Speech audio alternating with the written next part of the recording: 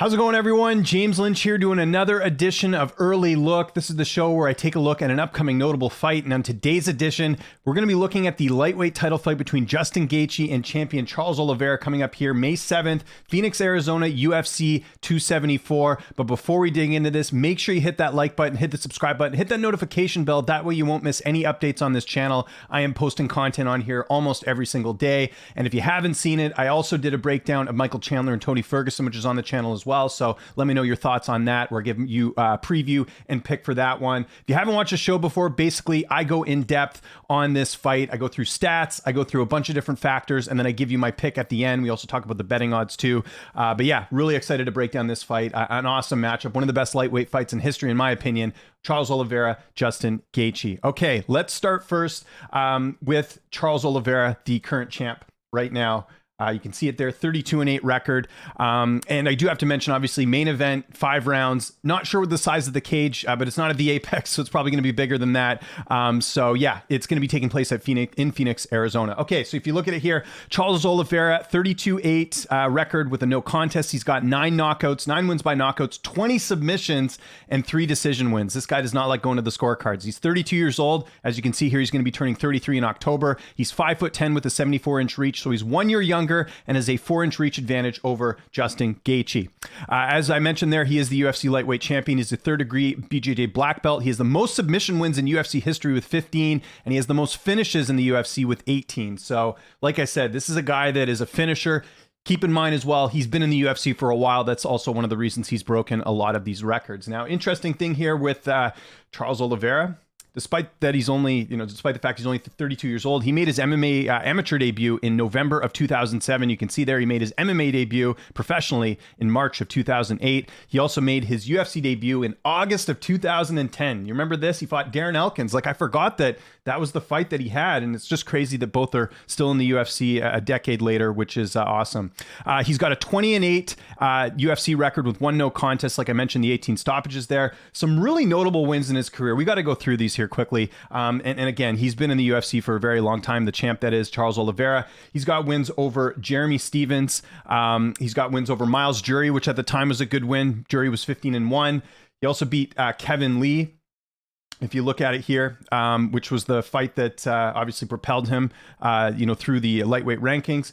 Picked up a win over Tony Ferguson. Dominant performance, took Tony to a decision in that one, and then knocked out Michael Chandler for the vacant title. Got it done there in the second round in a fight where he had to face some adversity. He actually got hit pretty hard by Chandler in that first round. And then obviously the last fight against Dustin Poirier, submitting Poirier. Huge win in his career. The last 3 wins are probably the most notable in his career. Actually, last 4. A lot of people like to talk smack on Kevin Lee, but what was so impressive in that fight was the fact that he outstruck Lee en route to another submission victory here. So really impressive win there by Charles Oliveira.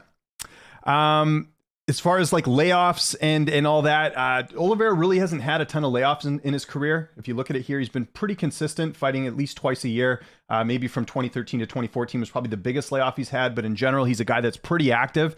In terms of injuries, I went back and looked here, just the one here, Jeremy Larson. I don't even know who that is. He was supposed to fight him at UFC 166. He had a thigh injury in that one. And then he was supposed to fight Nick Lentz, if you remember, but he had an illness. I believe that was related to a weight cut. I couldn't remember exactly, but he's had a lot of weight issues throughout his career, and that's something that, obviously we got to make note of as well. Oh, one more thing I forgot to mention, some notable losses that Oliveira's had, which again just shows you the resurgence in his career.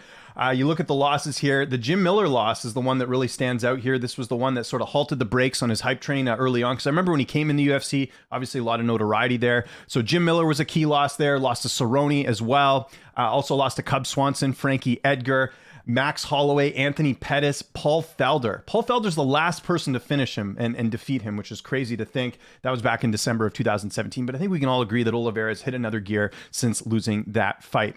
The other thing I forgot to mention is that Oliveira actually started his career at 170, and he's bounced around different weight classes. If you remember here, he actually fought a good chunk of, I shouldn't say a good chunk, 7 times at 145. So a lot of these losses that you're seeing here, Holloway, Pettis, Lamas, these were all at 145. 145.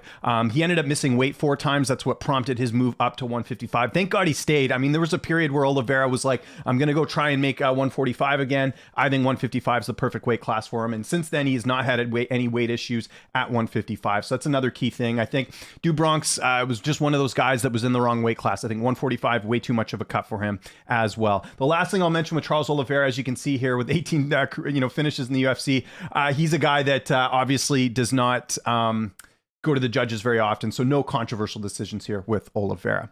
Okay, so that's everything we know about Charles Oliveira, the current lightweight champion. Let's talk about the former interim champion, Justin Gaethje.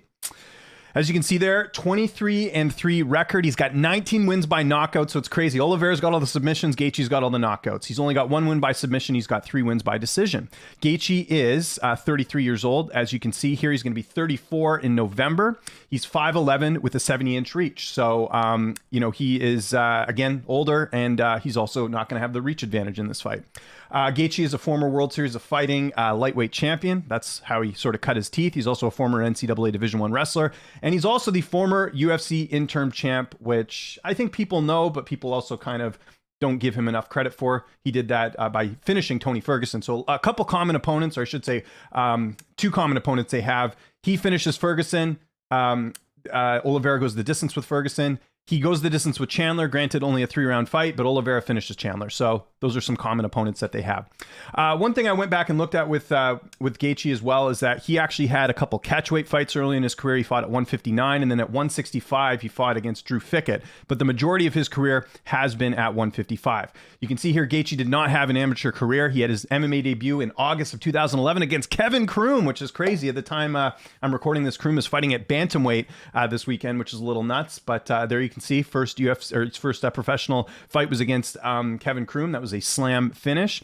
He didn't make his UFC debut until July of 2017, but I was going to mention this. I mean, it was one of those situations where he was getting paid well, he was doing well in World Series of Fighting. So why come over to the UFC that early? I think it was smart of him to build up his brand, build up his name in World Series of Fighting, and that's why he signed with the UFC in July of 2017, or sorry, earlier than that, and then made his debut at the Tough 25 finale, which was a great card. I actually saw that fight live. It was really cool. Gaethje is 6-3 in the UFC. As you can see there, whoops, there we go, 6-3. He has 5 stoppages, just like Oliveira, not a guy that goes to the judges' scorecard. Some notable wins that he has in his career. We got to talk about the Barbosa win. That was really good at the time. Donald Cerrone. Cerrone's a bit on the decline, but still to finish him as quickly as he did in the first round. That was at UFC Vancouver. I was at that card. Amazing finish there. And then obviously the wins over Ferguson and Chandler were very notable as well. His notable losses include Eddie Alvarez, Dustin Poirier, and then Khabib Nurmagomedov. The Nurmagomedov loss was the first time that Gaethje was submitted in a fight. So that was kind of interesting. Like his counterpart here, Charles Oliveira, no major injuries here for Justin Gaethje for the most part. He's actually had a pretty active career and no close fights either. I mean, the Chandler fight, he clearly won. I don't think anyone is going out there and saying that, that was a fight that Chandler could have won here. Now, a couple of things I also wanted to mention that aren't really stats related. I'll get back on the main page here. I see a lot of people saying that, Justin Gaethje is going to, he's the guy to knock out Charles Oliveira. But I'd argue that, Michael Chandler's got almost as much power in his shots as Justin Gaethje does. So the fact that Oliveira survived that, I think, speaks volumes to his skill set. There's been this sort of narrative for a while that Charles Oliveira has a bad chin because of some of his losses, but you look at the guys that he's fought, like Chandler, like Poirier, who have knockout power, they weren't able to finish him. You could argue that Gaethje has the best power out of all 3 of them, but I don't think there's much of a discrepancy between Chandler's power and Gaethje's power. That's one thing I wanted to point out. The other thing we got to point out as well is just the whole cardio issue. I think Oliveira is a guy that, now that he's champion, he's got to sort of work on that too. So if for some reason this fight does go into the later rounds, I don't know if either guy has an advantage, to be honest. I think both guys are going to be looking to get the finish. And like I said, don't go to the decision very often. Again, we talked about some of the other stats, age-wise, they're pretty similar. Oliveira's just got way more experience and way better opposition. We got to talk about that too. I mean, nothing against Gaethje, but, you're fighting Luis Palomino and these guys in World Series of Fighting as opposed to, Jim Miller or Cerrone or any of these other guys. So Oliveira, one of the reasons I think he became champion was the fact that he overcame adversity and was able to persevere. And now he's really hitting a high gear in his career so far. The betting odds, we got to get to those. right now, they definitely favor Charles Oliveira, just slightly, -160. We're not seeing a 2-to-1 favorite here. We're seeing more of like a -160 type deal. And if you look at traditionally in Oliveira's fights, he's finally getting some respect here, because if you look here, Poirier fight who's an underdog, just a slight favorite over Chandler. He was the underdog against Tony Ferguson. Typically this is a guy that has been pretty much disrespected on the odds makers lines here, but he is the favorite here, and I agree with the odds here. I think Oliveira should be the favorite here. Now, here's the thing. If we're going to be talking about a Justin Gaethje knockout win after this fight, would it surprise me? No, it wouldn't. Maybe this is the fight where Gaethje goes out there and wins the title, the undisputed title, not the interim title. He goes out there and he knocks out Charles Oliveira. That could absolutely happen in this fight, because Oliveira does get hit a lot. That's the concerning part. Your chin only holds up so long. We've seen, I don't know how many fighters throughout their careers where they have a granite chin and then at some point it goes away. Chuck Liddell's a great example. His chin just completely diminished at a certain point. Granted, Chuck Liddell a lot older, and maybe Chuck's not getting hit as much as some of these other guys. Diego Sanchez is someone too, granite chin, but at some point you start to see those knockout losses as well.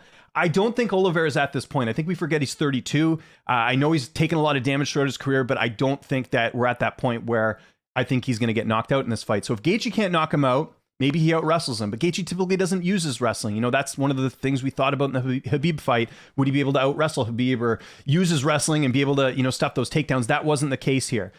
Oliveira's, to me, the factor in this fight is the ground game. And we saw that against Dustin Poirier. Oliveira was able to get, a standing, submission on Dustin Poirier. And we've seen him just do so many crazy submissions. Like, he's got, in my opinion, the best ground game, not only in the lightweight division, but maybe in the UFC. It's right up there for sure. And that to me is a big factor here. Gaethje's got the better knockout power, even though Oliveira's stand-up's improved.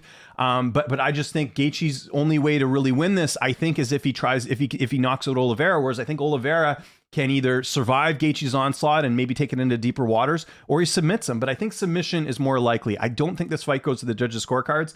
I'm going to go Charles Oliveira, 3rd round submission. I think Gaethje will not make some of the same mistakes that you saw Poirier or Chandler make in those fights. I think Gaethje's better than Chandler, I think. We showed that in his last fight. Is he better than Poirier? I don't know. Poirier did defeat him, but I think Gaethje's a much better fighter since then. But you guys know me. I can't pick against Charles Oliveira until he loses a fight. And I think his chin holds up. I think he goes out there. He puts on another great performance. And I think we're going to start to talk about him in the pound for pound list if he gets this win over Justin Gaethje, because this would be a huge feather in his cap here. So my official pick for this fight is Charles Oliveira, 3rd round submission. I'll point it out one more time. If we're talking about a Justin Gaethje knockout win for the title, not going to surprise me at all. This is a very close fight. I think the odds are perfect in this one. Again, we're seeing like -160 around there. I think that's exactly where the odds need to be. So I want to know what you guys think in the comment section below. Who are you picking for this upcoming lightweight title fight? Are you going Gaethje? Are you going Oliveira? Tell me how you think the fight's going to play out. Follow me on Twitter and on Instagram @LynchOnSports. If you guys want some extra content, I got the link for the Patreon there, where you get early access to the pros picks. You get the Parting Shot podcast, an unfiltered podcast Adam Martin and I do every month. And you also get the post-fight shows for every event. And you get the Discord chat. That's the big thing. The Discord chat, a great community where we talk fights, break news, all types of cool stuff on there. So make sure you sign up for the Patreon. But like I said, if you want to easily support this channel, hit that like button, hit the subscribe button, hit the notification bell. I'm James Lynch. If you guys have any other suggestions for fights you want me to preview, I'm mainly going to be picking sort of big name notable fights. But if there's any fights you want me to do that you think would be interesting, just leave a comment there on the video and I can definitely look into previewing that as well. I'm James Lynch. Thanks so much for watching, and I'll see you guys soon. Really appreciate you tuning in to another edition of Early Look.